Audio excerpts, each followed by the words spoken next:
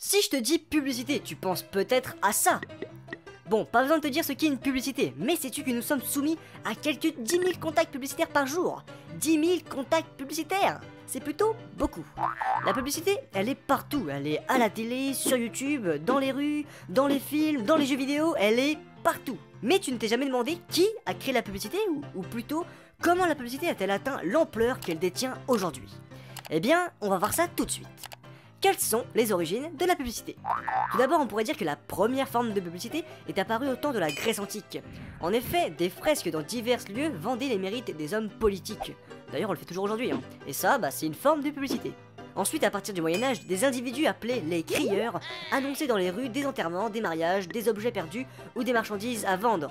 Donc en gros, ils faisaient la publicité en criant comme ça dans la rue, tranquillement quoi. À cette époque, la publicité elle était donc que sous forme auditive. Mais c'est au XVe siècle, avec la création de l'imprimerie, que la publicité fit un grand pas.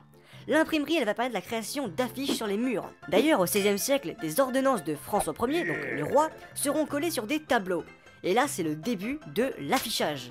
L'affichage qu'on peut retrouver aujourd'hui dans les métros, par exemple. De plus, Montaigne, il eut l'idée de bureaux d'annonces, c'est-à-dire que des annonces sous format papier circulaient pour annoncer les sorties de livres. Et c'est au XVIIe siècle que Théophraste Renaudot,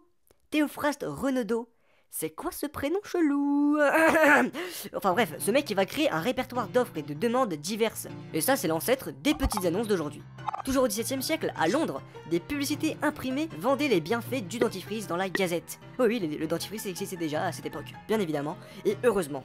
Et lors de la Révolution française, des textes contenant des idées révolutionnaires sont distribués partout en France, quoi, sous forme de papier. Et là pour l'instant, la publicité elle se trouve à l'état de distribution de tracts et juste l'affichage mural. Voilà, c'est déjà pas mal. Et c'est avec la révolution industrielle du 19e siècle que la publicité fit un nouveau grand pas, grâce au progrès technique, tout simplement. Émile de Girardin, encore un prénom assez peu commun, mais bon c'est pas grave, ce mec il eut l'idée de mettre une annonce commerciale dans la presse, en gros de lier publicité et médias. Donc ça va lui permettre de baisser le prix du journal, d'augmenter son lectorat et d'améliorer sa rentabilité. Et cette idée elle va être reprise par tous, dont le Figaro. D'ailleurs le Figaro, en 1896, 37% des recettes du Figaro sont dues à la pub. 37%, c'est plutôt beaucoup. C'est plutôt beaucoup, je me calme. Et à partir de là, c'est-à-dire à partir du 20e siècle environ, la publicité va se développer très rapidement, puisque tout se développe très rapidement au 20e siècle. Elle va s'inscrire dans les nouveaux médias, donc la radio, le cinéma, puis la télévision et bien sûr Internet. Aujourd'hui on vit dans une société de consommation où l'importance des marques est plus que présente. Je vois ma soeur là qui a acheté un pull Trasher à 70 € alors qu'elle pourrait avoir exactement le même pull. Pourquoi? Pour 30 €, peut-être même moins. Ah là là là. Donc la publicité elle joue un rôle fondamental à notre façon de consommer. La publicité elle permet de donner une valeur à la marque, même plus à la qualité du produit, mais vraiment une valeur à la marque en elle-même. Par exemple sur le pull Trasher, c'est pas le pull qui vaut beaucoup, c'est le fait qu'il y a écrit Trasher sur le pull. C'est tout. Et oui, mais bon. Ça fait marcher l'économie, c'est comme ça. Voilà! Maintenant tu pourras étaler ta putain de culture publicistique lors de la diffusion d'une petite pub sur France 4.